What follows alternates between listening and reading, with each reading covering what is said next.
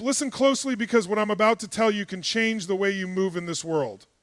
Not everyone deserves access to your thoughts, your plans, or your weaknesses. The moment you expose the wrong things to the wrong people, you don't just lose privacy, you lose power. There are things in your life that are meant to be protected, not published, guarded, not broadcasted. So here are 7 things you must stop exposing. 1, your next big move, don't announce what you're building before it's built. Early praise can kill discipline. 2, your deepest goals, not everyone will understand your vision, and some will secretly hope you fail. 3, your weakness is what you reveal, others can use. Protect your soft spots. 4, your financial status money attracts opinions, envy, and unnecessary attention.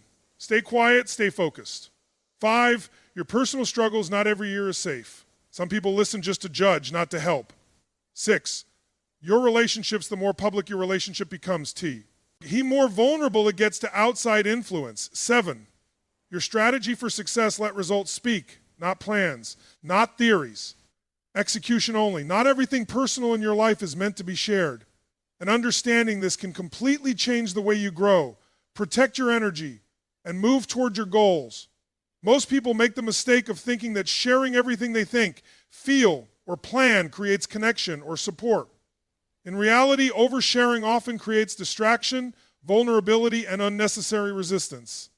The more you speak about something before it is stable, the more you open it up to outside opinions that you never asked for and do not need. When you share your plans too early, you invite people into a process that is still fragile.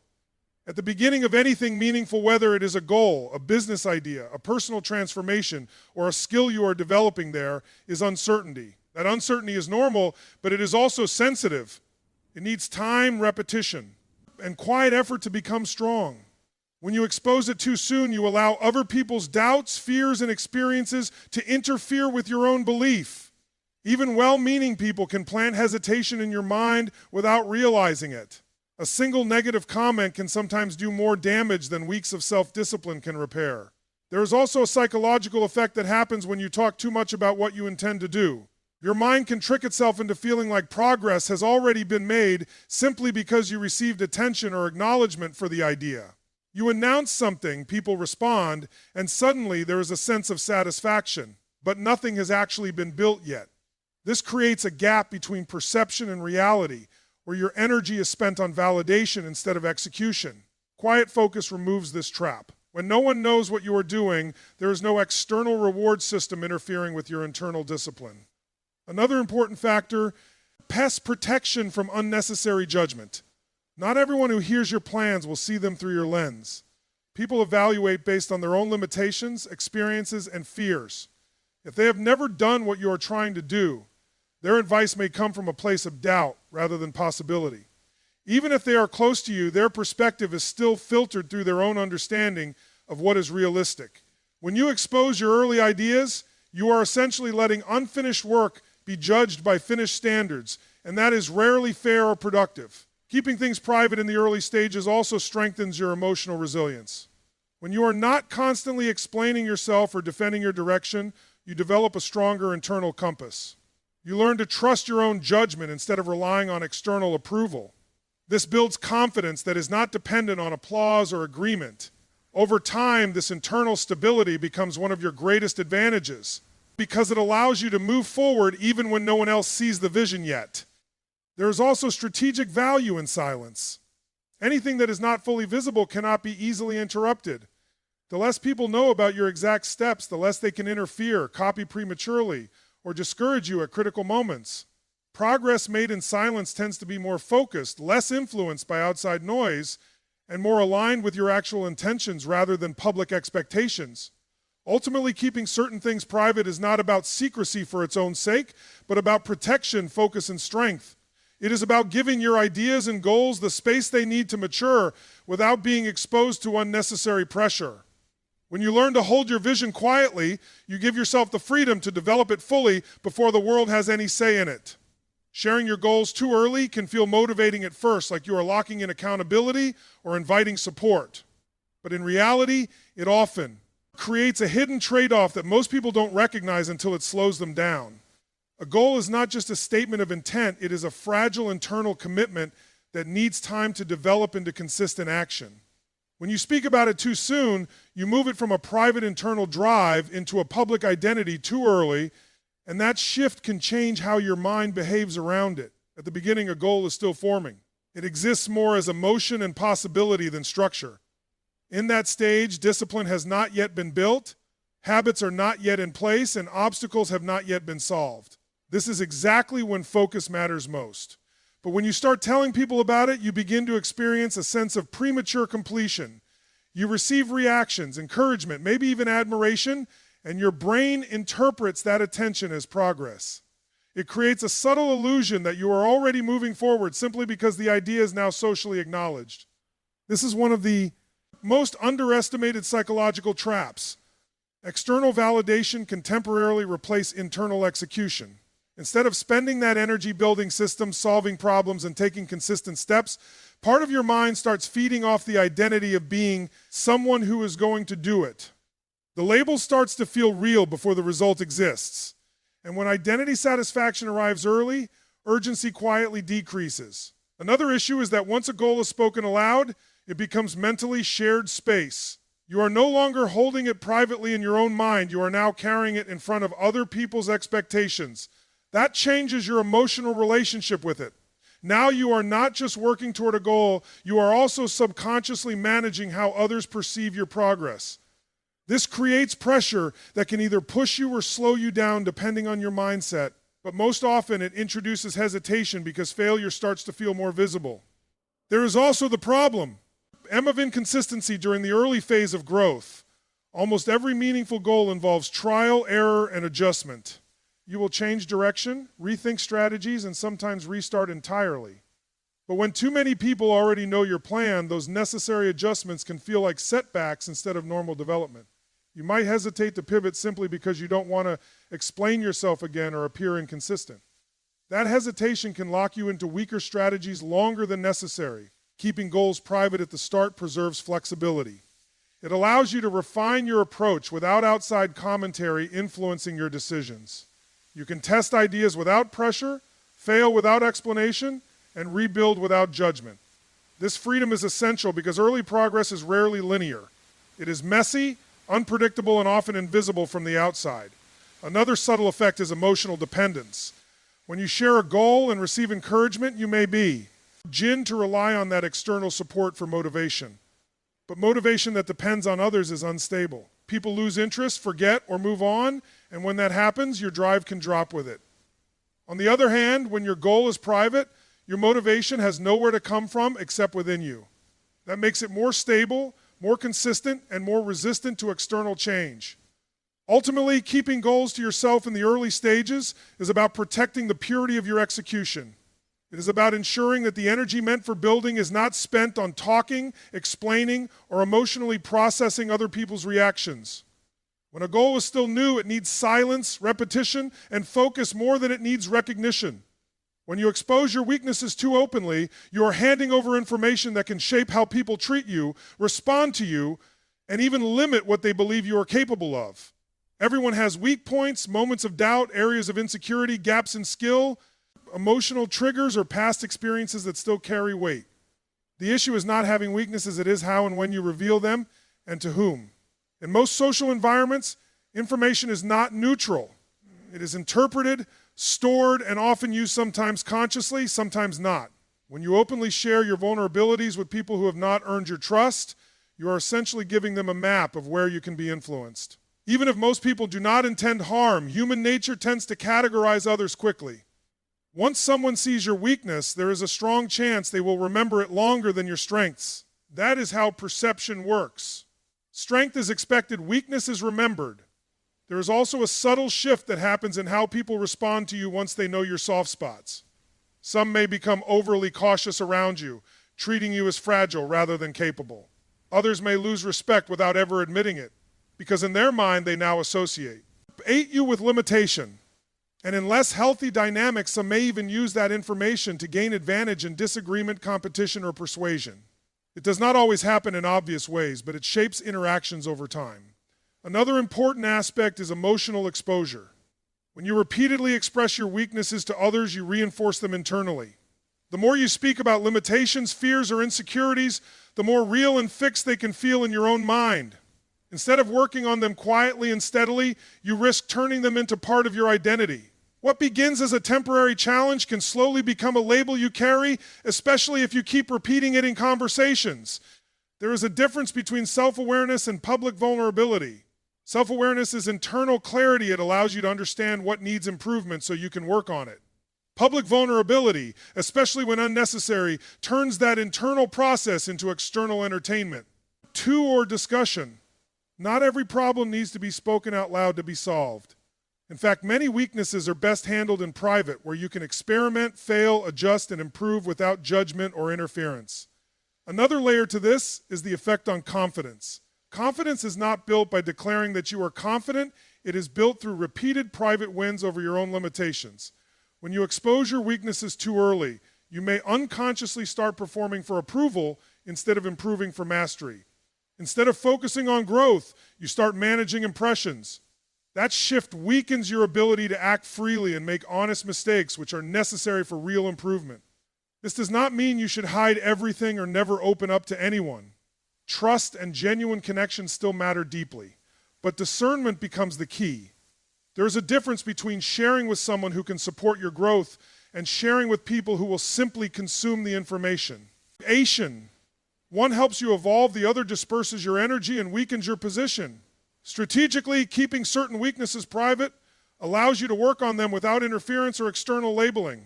It gives you space to improve without being locked into how others currently see you. Because once people define you a certain way, it often takes much more effort to change that perception than to simply grow quietly in the first place. Ultimately, protecting your weaknesses is not about pretending they do not exist. It is about controlling the narrative of your own development. You decide when to reveal your progress, when to ask for help, and when to stay silent and build strength where it is needed most. Money has a way of changing the way people look at you, even when nothing else about you has changed. The moment others become aware of your financial status, whether you are doing well or struggling, you are no longer seen purely for who you are, but also through the filter of what they think you have. That filter affects expectations, behavior, and sometimes even respect. This is why openly sharing your financial situation can create more problems than benefits. When people know you have money, their perception of you often shifts instantly.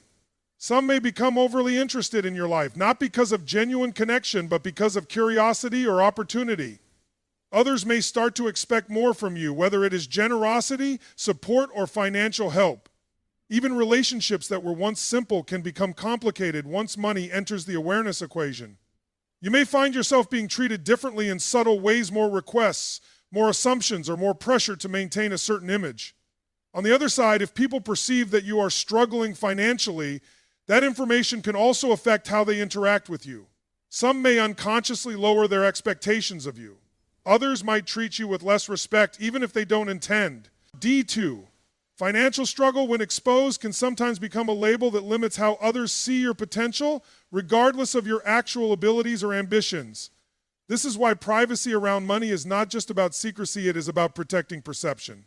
Another issue with discussing finances openly is comparison.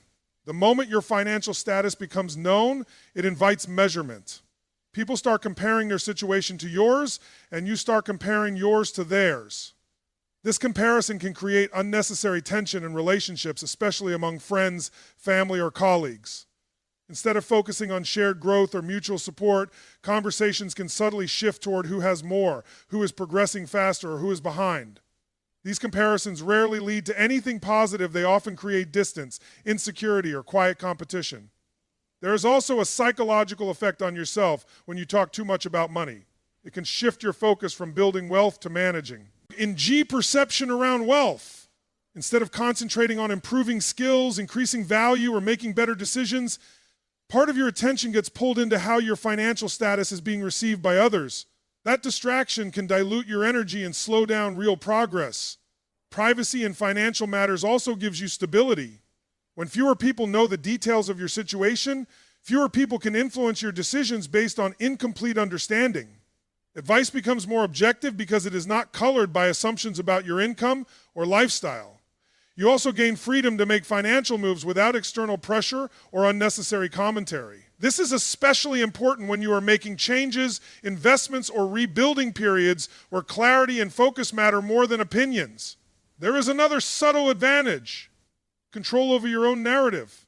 When you keep your financial life private, you decide what others see through your actions rather than your disc. Loose. People judge based on outcomes, behavior, and consistency, not scattered information. This allows your results to speak without distortion. You are not explaining your position, you are demonstrating it over time. At the same time, this is not about fear or isolation. It is about awareness. There are moments when financial discussions are necessary, especially with trusted advisors, partners, or people directly involved in your growth. But broadcasting your financial life to everyone removes control from you and places it into the hands of public interpretation.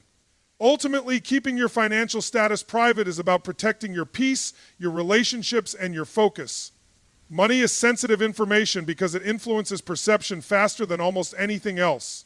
When it is not constantly exposed, you maintain more control over how you are treated, how you think, and how you move forward without unnecessary interference or distortion from outside voices. Personal. Struggles carry weight that most people don't fully understand until they share them with the wrong audience. Everyone goes through difficult phases, emotional lows, mental pressure, setbacks, confusion, loss, or internal battles that are not visible on the surface. The question is not whether you have struggles, it is how you manage access to them.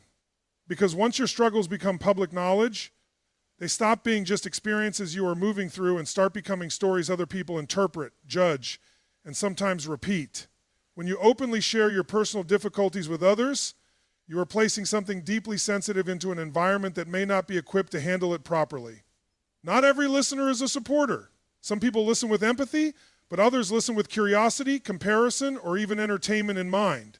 The same story that feels like relief when you express it can become something entirely different once it leaves your control. It can be reshaped. Peep it, retold, or reduced to a simplified version that no longer reflects your full reality. One of the biggest risks of exposing personal struggles too widely is misinterpretation. People rarely hear the full depth of what you're going through. They hear fragments and fill in the gaps with their own assumptions. This can lead to labels that do not represent you accurately. A temporary phase can become a permanent perception in someone's mind. And once that perception is formed, it often lingers long after your situation has changed. There is also the issue of emotional dependency. When you constantly share your struggles, you may start to rely on external validation or sympathy as a form of relief. While support is important, over-reliance on emotional release through others can reduce your internal resilience.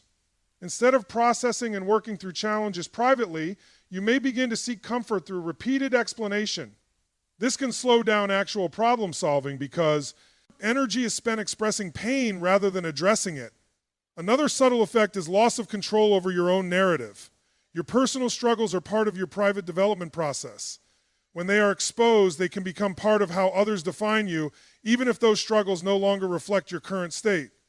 People often remember difficulty more vividly than recovery. They may continue to associate you with a past version of yourself, not realizing how much you have grown beyond it. There is also the impact on how others treat you. Once people are aware of your vulnerabilities, they may unconsciously adjust their behavior towards you. Some may become overly cautious, treating you as fragile. Others may unintentionally lower their expectations of your strength or capability. In less healthy environments, your struggles may even be used against you in subtle ways during disagreements or competitive situations. Even when this is not intentional, information changes dynamically. Pi IX. At the same time, keeping personal struggles private does not mean denying them or pretending they do not exist. It means choosing carefully where and when they are shared. There is a difference between speaking to someone who can genuinely help you process and grow and broadcasting your difficulties to people who are not directly involved in your healing or solution. One creates progress, the other often creates confusion and emotional noise. Privacy in your struggles also strengthens your inner stability. When you are not constantly explaining yourself, you are forced to confront challenges more directly. You develop the ability to sit with discomfort, think clearly under pressure, and make decisions without external emotional influence. These are essential skills for long-term resilience. The more you depend on yourself to process difficulty, the stronger your internal foundation becomes. Ultimately, protecting your personal struggles is about preserving your dignity, your clarity in your ability to recover without outside distortion. Not every battle needs an audience, and not every moment of pain needs to be shared in real time. Some things are meant to be worked through quietly until they turn into strength that speaks for itself.